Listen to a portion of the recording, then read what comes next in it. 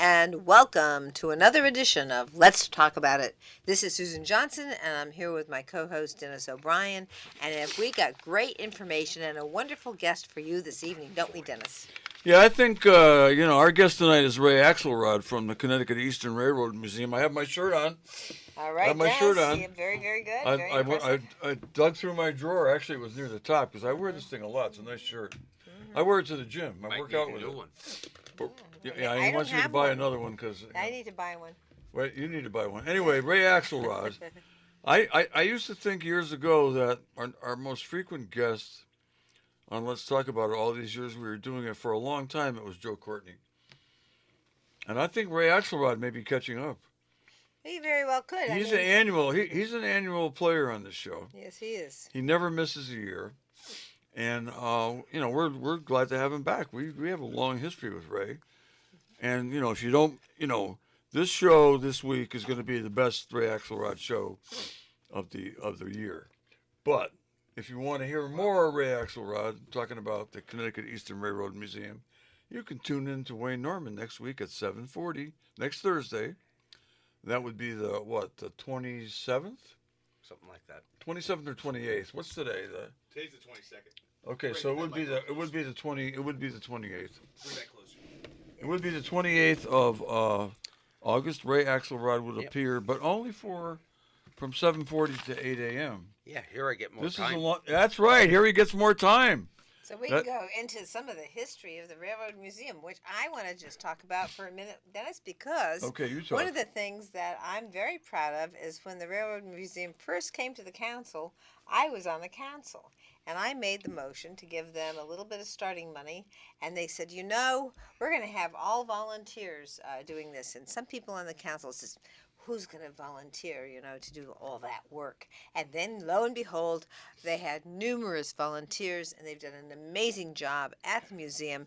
And we are so proud to have that Eastern Connecticut Railroad Museum right here in our town, Willimantic. Connecticut Eastern Railroad Museum. Oh, excuse me, Ray has Mr. corrected Precision. me many times. I have a question for you, Ray.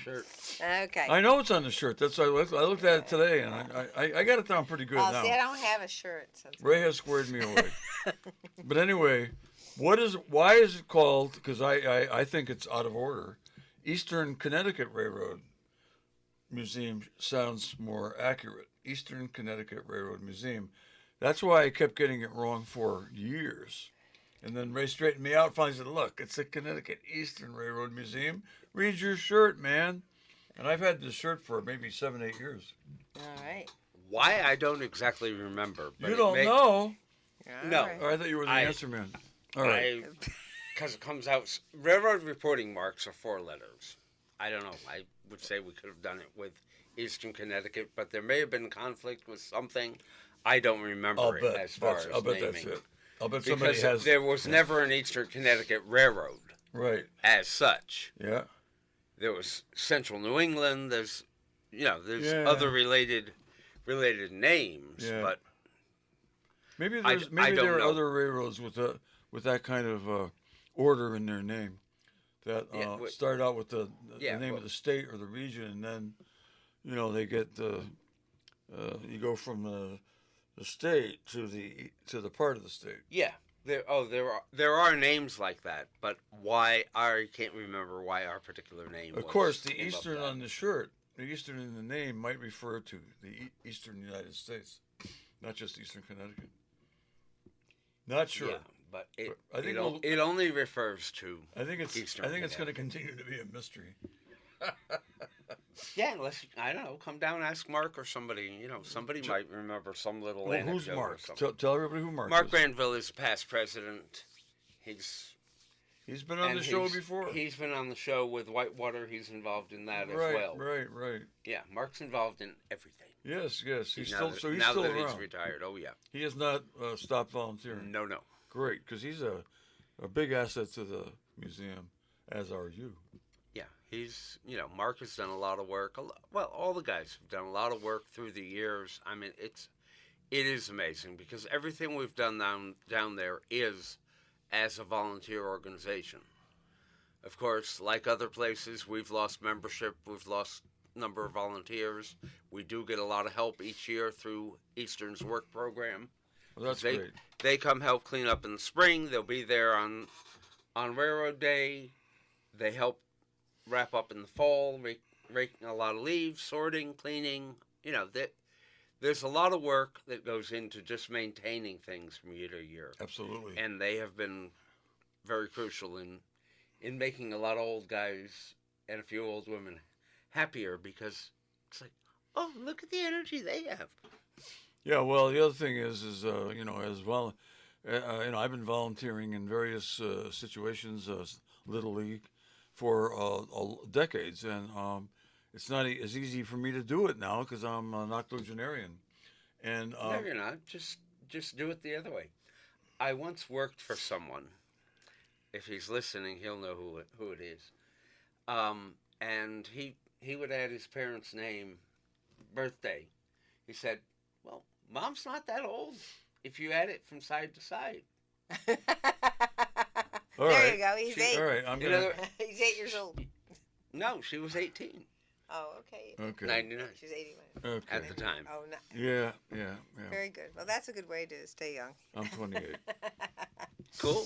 Okay. Whatever. Okay. I feel 28. How do you get that reverse aging? I like that. I feel good. I feel good today. I don't feel good enough to continue to coach Little League with my arthritic knees, but I do. I'll tell you what. Every time I go to the museum, and I go there a lot, because it's great. You're one of the. No, I'm. I was gonna. I'm not a regular, but I'm displays. I'm a frequent flyer. But look, I got my shirt here. I bought the shirt on one of my trips in, and it wasn't just yesterday.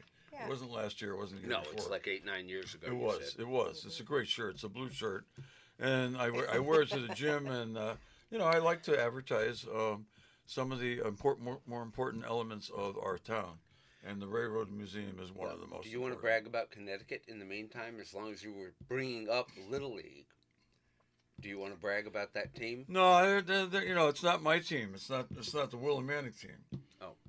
I'm happy for them, but I'm not. Okay. I wish it was us. Well, I'm provincial. I'm local. I'm a local guy. Cool. Even like better. That. Well, I just want to say, you always have so many good things going on at the museum. Tell us a little bit about some of the things that you plan to do, and let's just talk about the time frames that we'll be talking about when you're having your wonderful events at the Railroad Museum, and start off maybe with exactly how people can get to the museum, because sometimes we might have new people listening, and we want to make sure that they know how they can get there. We're down off of Bridge Street in the center of Willimantic. And you come down, as soon as you go over the tracks, coming down from Main Street, if your right tire leaves the rail, take a right turn on the dirt. Well, used to be a dirt road. Now it's lovely and paved. Wow. For part of the way. We've made a lot of progress here, haven't we? And you're coming up all the way to between, basically, where Burger King is and the river, but you have to come up between the rails and the river. That's how you access the museum. Do not trust your directions. Your little direction thing will direct you in the cemetery, and you can drive round and round in circles in the Willimantic Cemetery. Won't be able to get you there. Now, Railroad Day this year is what? It's August 30th from 3 to 4, from 11 to 3. It's always a Saturday. It's always a Saturday before Labor Day. Right. We cheated, so that way we can use the signs again. And Labor Day is early this year. Yeah, Labor Day is first, so it's that weekend. So, yeah, it's right up on us. August 30th from 11 a.m. to 3 p.m. at the museum off of Bridge Street. Yep. We're gonna have train rides, the Garden Railroad, tours of the museum, working demonstrations of some of the equipment and some work. And also we'll have food. I know Cupcake for Later is going to be there. I do not know for sure who the food truck is going to be. We'll have pump car rides. We've also got the play train that the kids can crawl through, and we've got one of those bring your family together and take a photo thing and look like old Railroadiana, like the Western cowboy scene type of thing. I love those rides. Did you love those rides? I've done the pump car. I like that. Yeah, it's fun. I like that. I like self-powered. I've done it a few times.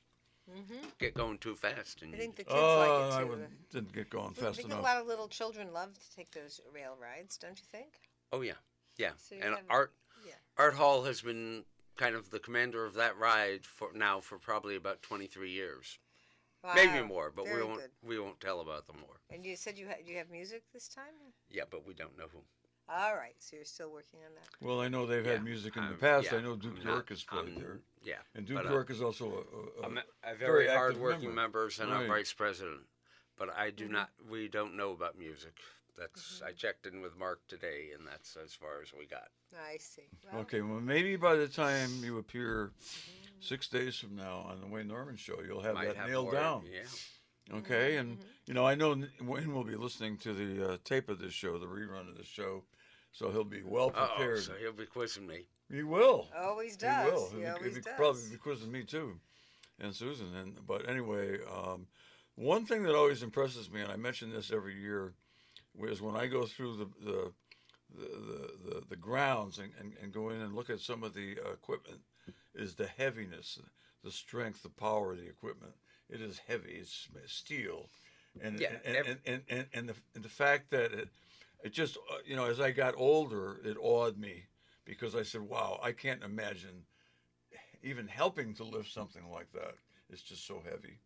It looks so heavy and imposing, and it's big." We have ways of cheating. It's called hydraulic jack. Yes, things like that. Well, that's not cheating. And you bring in back if you really need to move something or lift something. You use backhoe, or we've actually got a lift truck, with a little crane on it. But I'm not sure the exact condition of that right now, because I haven't seen that thing run in about 3 years. But I think it does. I just don't know for sure.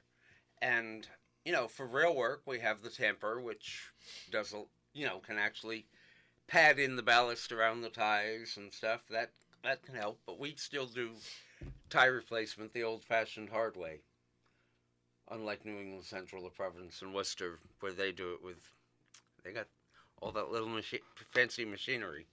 Yeah, well, it's hard for us to get all that fancy machinery, but on the other hand, you do have a lot of different things that people demonstrate there about the history of the railroad museums, about the history of railroads in this country and in Connecticut. You want to tell us a little bit about maybe some of the people who will be handing out information about railroads? Well, let's see. Art Hall is doing, we'll be doing the pump cars, so that's a demonstration of how they used to bring the crews down to a work site and things like that. And now, of course, the guys at New England Central just cheat. They back the pickup onto the rail, they drop the rail wheels with a button, and they go. Mm-hmm. But the old way would be the pump car. But you're a history museum, so you're... Yeah, we would do it if we had access to the power tools. The more power tools, the happier. Oh yeah, I'm not. Yeah. I mean, we're not afraid. If Susan can get us $1 million grant for rail, we wouldn't be ashamed of using some equipment on a rental basis. Like the Naugatuck Railroad, they actually have some freight and they're longer, so that they're both freight and the passenger, and but all the museums in Connecticut do a lot of work. And if you consider there's 4 railroad museums, there's 2 trolley museums that are directly running a train or doing something with the equipment and restoration, and it's tough. Just to give you one example, one of our cabooses, CV caboose, you mentioned Duke York. Right. Duke got Well, Bev says she knew where Duke was. She didn't lose track of him. She knew exactly where he was when he worked over 2,000 hours just on the CV caboose. Wow. Just on restoration. Mm-hmm. Because that was all tug and groove wood, and there was some welding on that just to get back to sound metal and do the stairs and things like that on that car. And there's so many pieces we've worked on, and a lot of it is just having the roundhouse. The reason we have the little steam small locomotive we have is because we would provide indoor housing for it. It's a long way from being restored or runnable, but it's staying in much better condition than it was when it was up at the Shelburne Trolley Museum in Massachusetts, because it was outside. Yeah. We got it because we could keep it inside. In the roundhouse. And there's a number of other pieces of equipment that we have that we try to keep inside, and that weather protection means a lot. The CV boxcar we have that was down here in the yard for years as the Central Vermont tool car, when Central Vermont sold to Railtex and New England Central, we got the car. We replaced a lot of the wood at the time, but that was in the early 1995, 96. And if you look at it now, that car was out for many years and went through weathering again because it's wood siding on a metal braced car. So now that's stored inside because it's the hope that we'll get money to restore it again. But, all these things need work, as do our buildings. We had to rebuild the doors because the original design of the doors didn't allow for them to shed water properly, so they got kind of soaked in. So we replaced the doors on the roundhouse twice. Wow.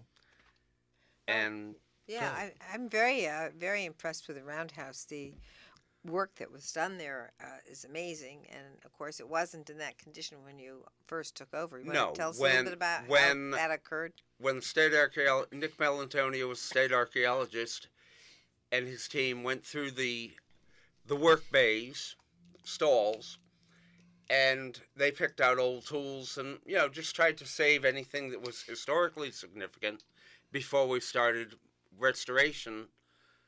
We had to restore the foundation stones because some of the brownstone for the foundation stones were missing, so we remade them out of, they're actually cement, but made to look like.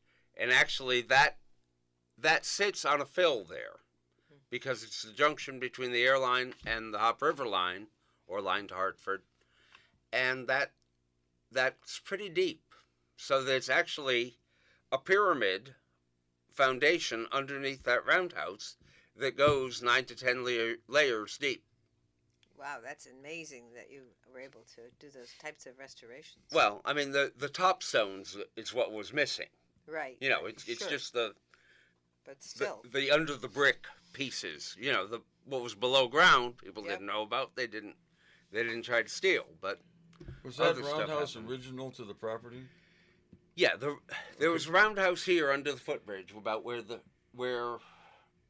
between Agway and where they made the access for the recent bridge work on the P&W Bridge. Yep. That was New York and New England's roundhouse. But with the New Haven, they built that roundhouse originally 1898 and 1928 or 32.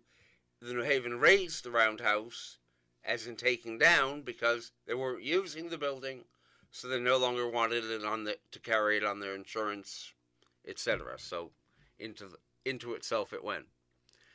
And then we got a grant through the State Department of Economic Development.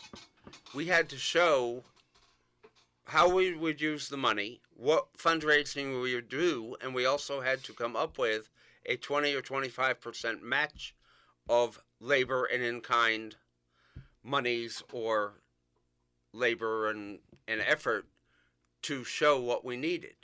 So there was a grant to build the roundhouse, but the grant basically paid for the foundation being righted, the drawings, and the inner walls and the roof. We had to we took a loan from Liberty Bank to do the brickwork because we figured, we already have the basin here. If you try to not do the brickwork, the outside brickwork now, you're wasting money because of the forms and everything were already up. So it cost us like $63,000 to do the brickwork at the time. If we brought somebody back 4 or 5 years later, it would have cost about $120,000, $140,000 to set things, to get going again. Right. Just in constant dollars. Right. So we took a loan, and then what actually happened with that loan, talking about volunteer effort, was some anonymously and some in donations. People took kind of bonds from the museum and cashed out the loan so we wouldn't be wasting money on interest, and eventually some got paid back, some gave this as later gifts.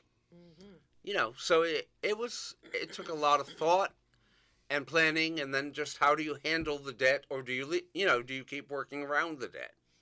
In this case, we didn't kick it down the road. So, bravo. Yay us. Yes, absolutely. Good Anytime work. you can do that, it's great. Oh, it's absolutely fabulous. You can do that, especially as all volunteer and, looking to, obtain grants and preserve the information about our railroad systems. And hopefully, I always have a hope that we'll be able to inspire people to start working on making new railroad systems. Well, keep hoping. And I don't know if you, in terms of people that do museum work for railroads, have they organized an idea to try and figure out how to do more mass transit for, say, people in Connecticut? Well, I mean, you're doing some of that with the state of Connecticut has done the Connecticut line, the line to Springfield. And Massachusetts MBTA owns the line from Springfield to Greenfield, and they are doing the Valley Flyer with Amtrak from Springfield north to Greenfield. So there's actually like 4 trains a day, 2 in each direction beyond the Vermonter, north of Springfield. And then there's all the additional commuter service in Connecticut, and you've already seen growth in Wethersfield, not Wethersfield, but Newington, Berlin, Wallingford, Meriden all have brand new apartment complexes right downtown so people can walk to the train to go to work. We love that, and that's part of the housing bill that we have. Not to digress, but digress. but our it's all part of the story. 5002 is to have housing built around all the railroad mass transit places in the state of Connecticut, so that people will be able to move from their house to a job and back. And having rail is a excellent way to be able to move people in such a densely populated little state that it's great. And I want to also add one more thing about the New Haven Railroad, which has been something I've been working with State Representative Stephen Winter on, and they have actually created a geothermal networking at the New Haven Railroad Station, so that now they are going to be completely energized with geothermal. Really? Yes. Wow. So it's very exciting. They got a federal grant. Almost lost it due to Trump taking it back, but then Trump gave it back to them. So it's very interesting. I'm sure the guys who worked at steam plant at some of the stations and railroad yards would be glad to hear that one. Yeah, no, I think it's another way for us to. That's a big building with a lot of airspace. Yes, it is. 3-4 stories high or more, yep. Just open beauty.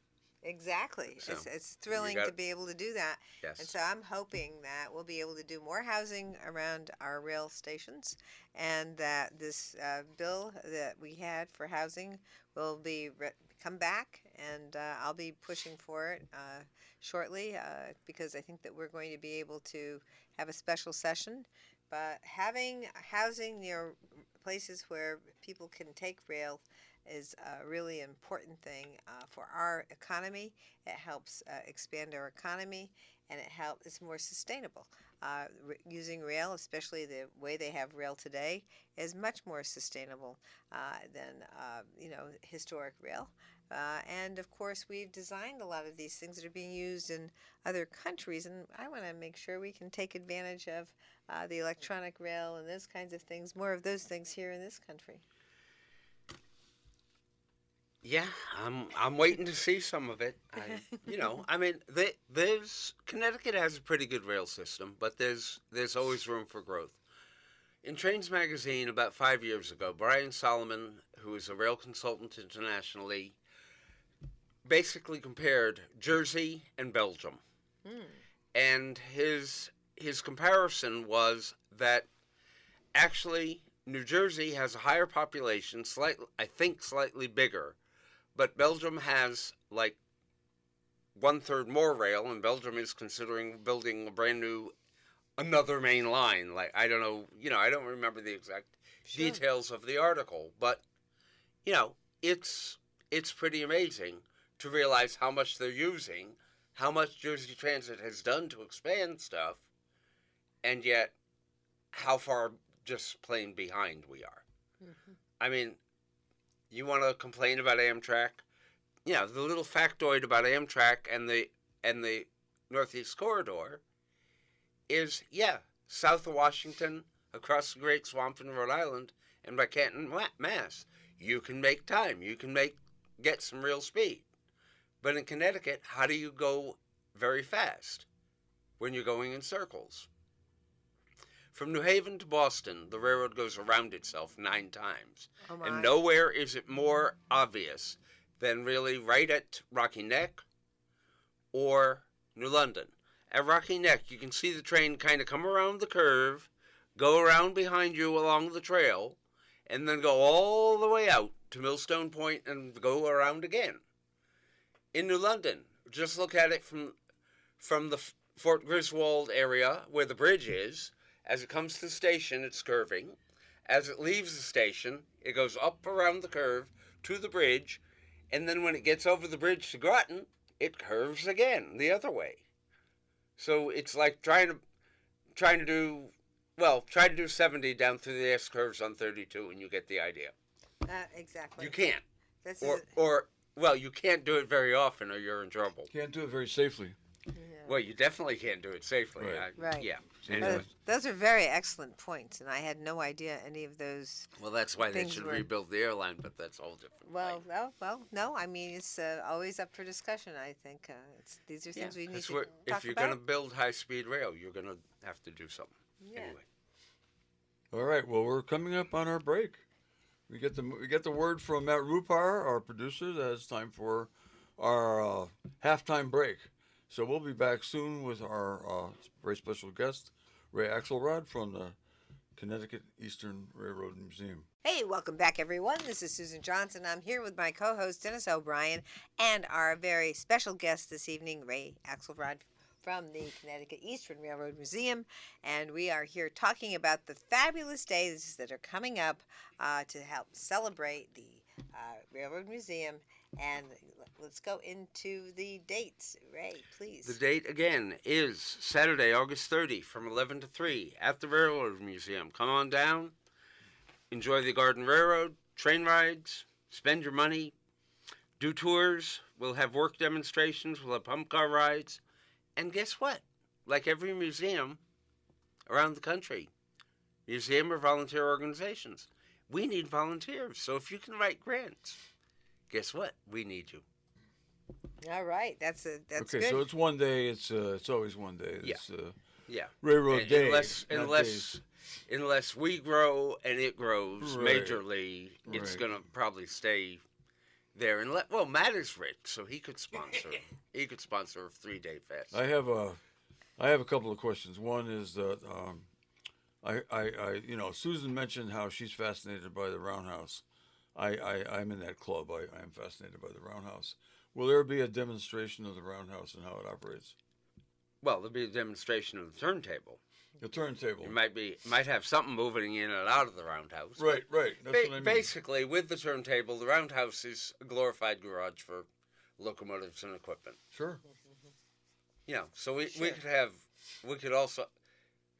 probably run it for profit if you open Joe's Garage next to the. But isn't there also a way to turn the train around in the other direction? Well, the turntable.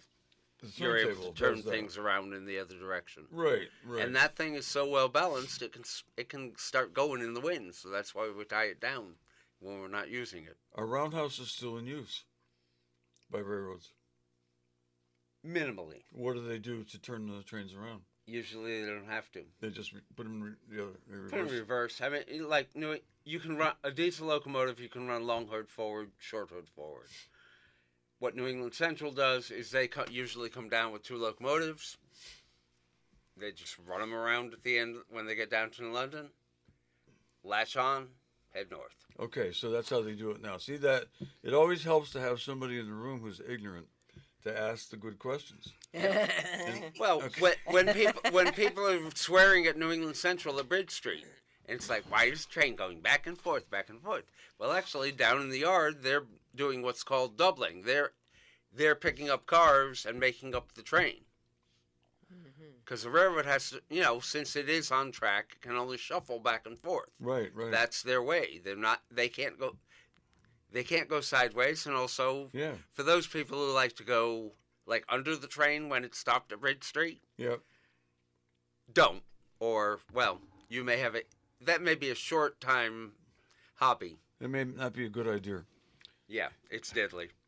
Okay, the other question I had that's related to something you said before. You talked about the airline, and nobody's ever actually told me what an airline is. I figured because it's an airline, because it's a straight line. It's a line that it's a line that you said. In other words, you need a straight line in order to really accelerate speed. I'm gonna have fun with Dennis right here. An airline is United is an airline. American is an airline. Lufthansa is an airline. They fly like this. Right. Airline in railroad term is exactly what you're saying. Yeah, airline is an approximate or straighter line. Yep. So the airline was built in the 1869-71 era. And that was actually before the bridges were completed at the Connecticut River and in London. Yep. So for a while it had its heyday because it was an inland route that was contiguous, whereas the other line you either had to take a ferry to get across, or you, like the Norwich and Worcester line, and originally at Stonington, you met a steamboat, and they still had steamboats, some steamboat service like out to Fall River and stuff, even in the 1900s. Sure. So, but once the bridges were done, the shoreline became the much preferred route because it had more freight. It had the New Haven controlled all of it. They didn't take over their competition called the New York and New England, which came down through, was basically from Willimantic to Boston and Willimantic to Providence, and had Hartford, Providence, and Fishkill was the line to the Poughkeepsie Bridge, but not over. Actually went to Beacon, New York, and then hit a ferry. Things were transferred to a ferry. The Central New England built the Poughkeepsie Bridge, and once they were taken over for the Poughkeepsie Bridge because that completed a rail route for the New Haven. The New Haven also had all the tugboats, or what they used to call railroad navies, around New York City till about the 70s, early 80s. The Lehigh Valley had a navy. The New York Central had a navy. The New Haven, the Jersey Central, and the Pennsylvania, I think, and the B&O, because the B&O came in on the Jersey Central, and there may have been a couple of others. Now there's one railroad service that basically goes from New Jersey over to Long Island as a ferry. If you were to institute an airline today, what would you recommend as the route? How difficult would it be? It's not easy. Amtrak actually did a study. If you wanted to talk true high-speed rail, let's not talk about California because that's just a boondoggle that keeps doubling in price about every 5-10 years and goes slow. But if you look at Brightline in Florida, Brightline was built, basically it's privately owned and privately operated, because the Florida East Coast helped develop Florida originally, so they were the original railroad. They used to go down to the sea, called Key West, which is now Route 1 south of Homestead, Florida. That's a long story which we're not telling today anyway. But Brightline still hasn't turned a profit, but they've built good ridership. They connect to the airport. They connect, they're really doing something. They're also looking at building a line to Las Vegas. So keep looking for that. But Connecticut, Amtrak did a study about 10 years ago, 8 to 10 years ago. There were meetings, and people were pissed in East Lyme because they were talking about building a tunnel under East Lyme. And people were pissed in Storrs because they might build a tunnel under Yukon. So they looked at a few different routings and different things. The thing is, if you were truly going high-speed rail like the Shinkansen or German National Railways or French National Railways, yeah, you're talking speeds of 180 to 225 right, as average speeds. So let's think about it. You probably need to go up on bridge work to do grade separation between cars and people and the train. sure. You need to go straight as hell as much as you can. Curve it, anything, whatever's a moderate curve on a line today, you need so much more moderate, because you're not going to build. Your inclines are going to be minimal. Your curvature is going to be minimal or very, very graduated out. I mean, the curve is going to be miles long, not within a mile, and you're just going to do so many things. For instance, in 1913, if you come on a walk I'm doing for Walktober, the walk at Lebanon, Columbia, at Lake Williams, that area, the New Haven in 1913 straightened out 1.5 miles of track. There's 65-foot fill that goes for a mile. The old line curved twice and went up a hill. The new line goes straight as an arrow, and that's just east of Route 207 to Leonard's Bridge. So if you did that there, think what else you would have to do to go. That was for 50 or 60 mile an hour railroad and growth potential. What were you going to do if you want to get the speeds well over 100? With the electrification, what Amtrak actually did in 93 was get rid of the switch from electric to diesel at New Haven, which actually, it's funny because in steam days it took 12 minutes. With later improvements, we won't go into rail labor here too much because Susan will smack me. But anyway, by the 1970s and 80s, it took 20 to 25 minutes to make that changeover. So exactly why, we don't know. We'll leave it at that. And the other problem is, as I said earlier, all the New Haven line between New Haven and Boston, the line goes around itself 9 times.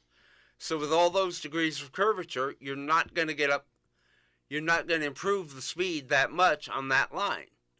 You can tweak a little, you can do things, you can do a little bit within your right-of-way, but your right-of-way is only so wide for the whole course of that. And if you had Metro North operating properly, you probably could increase speeds west of New Haven, because the outside tracks are your local tracks. They make the station stops. These inside tracks are supposed to be your express tracks. Could Shoreline, not Metro North, could go faster, which would mean Amtrak could go faster west of New Haven. But anyway, that's a conversation for a different day. Well, that's a great conversation. That's incredibly interesting. It really is. It puts us more into where we are. We rode a train from Frankfurt to Cologne when we were in Germany, and it was high speed. Yeah. Yep. And I'm just wondering, let's go back in time, way back in history in the United States, and can you tell us when did we start using trains for transportation and for freight and whatnot? And it had to be 19th century at some point. Probably was not 18th. No. I mean, 18th century, you could sort of claim railroads began in the 18th century if you're talking mining. With a couple of carts towed behind a horse or something. Yeah. But the original beginnings of the Baltimore and Ohio are like 1831, 32. Right. In Baltimore with the granite sleepers, meaning the ties were actually pieces of granite with rails strapped between them. And then the best friend to Charleston is about a year later. The Four River Railroad in I believe it's in Quincy, Mass, to a quarry and now mostly to the water plant in Boston, is very early. I can't tell you exactly what, somewhere between 1832 and 34. So that's your very beginnings. My next question. there government involvement in establishing the road beds, the tracks where they're going to be, whatnot? Or was Which it all, piece are we talking about? Was it all, well, in any case, I mean, was it helter skelter?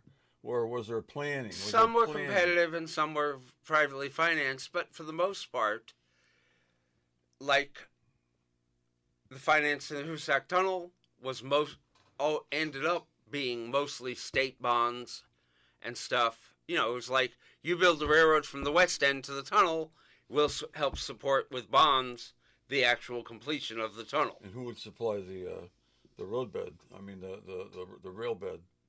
Probably the private acquisition, but the state supplying the money for the tunnel. Okay. I mean, because the Hoosac Tunnel in Adams, Mass., for instance, that was first begun, it was dreamed of in the 1840s. Yeah. But they first tried digging like in 1854. The real tunnel work was like 1872, 77, or somewhere right in there. You know, it's as the technology gained, and basically with building something like that, yes, you lost 193 lives, which pardon me, isn't that bad comparing the era and how workers' lives were treated. How dangerous it was. Yeah, very dangerous. But you improved equipment as you went along. Yeah. Because they were just learning how to use nitroglycerin. Sure. And different things. They had hydraulic drilling. They actually had 2 power plants, 4 work faces, because they had east and west, and then they dug a central shaft and were working there as well. So having ridden on a high speed train once, and I don't know if that train we took through the tunnel, I don't think that was high speed. I somehow possibly not. But probably not. Well, the train. But anyway, the one we took from Frankfurt to Cologne, that's a pretty long distance, and we got there really fast. How long was that? Jeez, I don't know. How long did it take us to get there? 2 hours? I don't think it was that long. It was probably less than 2 hours. It's well over 100 miles. I know that, way over, or maybe 150, 170. I have to look it up. I think it's about 100. But anyway, to me, I have a real problem with fragmentation of government, and how hard it is to get anything done when you have all these different little levels, little fiefdoms, like Connecticut. Like Connecticut, Let's talk about Connecticut. Well, that's another show. Other states have county government. Connecticut has. I don't think county government. 169 little fiefdoms. Yeah, I don't think county government. That's right. Well, county government might help in that regard. It might. I'm not a fan of county government. Well, the cogs might help. But I just wanted to. Let me finish my. Oh, I didn't know. I'm sorry. Go ahead. Okay, I'm wondering, is it because, and I think, and you would probably know this. There's you certainly would know a lot more about it than we do. There seems to be a lot of high-speed rail in, relatively speaking, in European countries. And I'm just wondering if they're better suited to do that because of their governmental structures. If you know, or if you have any if you would want to hypothesize about that. Okay. Well, just briefly. Briefly, because we're going to talk about Japan built high-speed rail in 1964. I've got the old National Geographic. So amazed. And actually, Claiborne Pell of Rhode Island, the senator, was looking at that and said in 1964-65 in a Railfan magazine interview the term megalopolis, and that we needed more transportation, which would be rail. And, well, we're still talking about it, but Pell had it all down in 1965. That's all I'm going to say. Go look up the article. Yeah, that's a great article. I just wanted to talk about his event very before quickly. He leaves. I just wanted to mention the rail system between London and Paris. So you go under the ocean there. And, Tom Cruise did that in one of the Mission Impossibles. Yes. So I just wanted to check in, and have you looked into that and the speed and so on and so forth? I mean, it took them time to do that, and it's great. But let's think about 2 things. U.S. railroads geared up after World War II for large passenger volumes. The passengers didn't come. The railroads basically said, well, it's washed up. We're using the freight to subsidize the passenger. Bye-bye. We have one of the best freight systems in the world, but we have a lousy passenger system, sad to say. China, in the last 20 years, has built 40,000 miles of track. Wow. into Vietnam, into Laos. They're doing high-speed rail all over Asia. Mm-hmm. Okay. So think about that as well. You know what? It's food for thought, and I'm going to look into it. I'm going to study it. Your event. Okay, my event, real fast, August 30th. Come down, see me. I can lecture you more on high-speed rail from 11 to 3 at the Connecticut Eastern Rail Museum. We've got train rides, garden railroad, tours, work demonstrations, some food, pump car rides, and the play train. Come on down. We'll see you there. Toot toot. You might see Dennis and Susan there too, We'll and come. Matt Rupar. Anyway, it's a Saturday, August 30th.